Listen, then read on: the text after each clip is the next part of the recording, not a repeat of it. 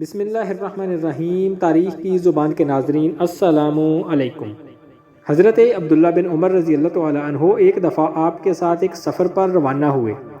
راستے میں کچھ دیر آرام کیا اور آرام کرنے کے بعد دسترخوان بچھایا گیا۔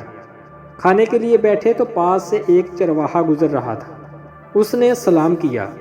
ابن عمر رضی اللہ تعالی عنہ نے کہا، اے چرواہے آؤ ہمارے ساتھ کچھ کھا لو۔ تو اس نے کہا، میں روزے سے ہوں۔ تو عبداللہ بن عمر رضی اللہ تعالی عنہ نے کہا، اے اللہ کے بندے، سخت گرمیوں کے لمبے دنوں میں بھی روزے رکھتے ہو اور پھر بکریاں چراتے ہو۔ تو اس نے کہا، اے عبداللہ، میں ان ایام کو غنیمت سمجھتا ہوں اور رب کو راضی کرنے کی کوشش کرتا ہوں۔ چنانچہ ابن عمر رضی اللہ تعالی عنہ نے اس کا امتحان لینا چاہا اور پوچھا، یہ بکریاں کس کی ہیں؟ تو اس نے کہا، یہ بکریاں میرے مالک کی ہیں۔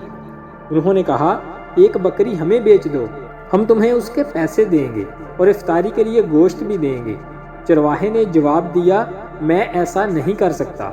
انہوں نے کہا، اتنی بکریاں ہیں، اپنے مالک سے کہنا کہ ایک بکری بھیڑیا کھا گیا ہے۔